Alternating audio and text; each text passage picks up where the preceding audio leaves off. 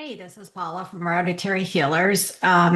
So I wanted to share a story about what another reading experience was like. And a lot of people ask me if their dreams are messages, and I'm here to tell you that many are. Some aren't, they're for purely entertainment purposes, but some dreams have meaning. So it's up to you to kind of sit with that dream for a moment and determine if it has meaning. The most meaningful dream that I will never forget. I forget most of the things that I read because if I retained it all, my head would explode.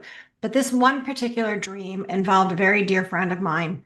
His name was Gene, and he was in the hospital for an infection.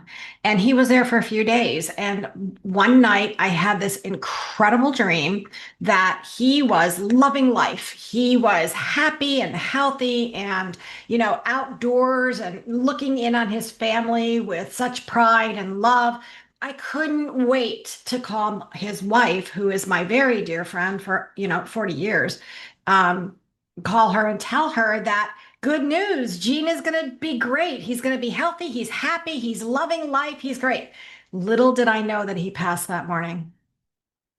And so my poor friend, tears just pouring out. And I'm sitting there in shock saying, okay, this was my first experience witnessing somebody actually crossing over to the other side and their sense of happiness and joy and peace and freedom.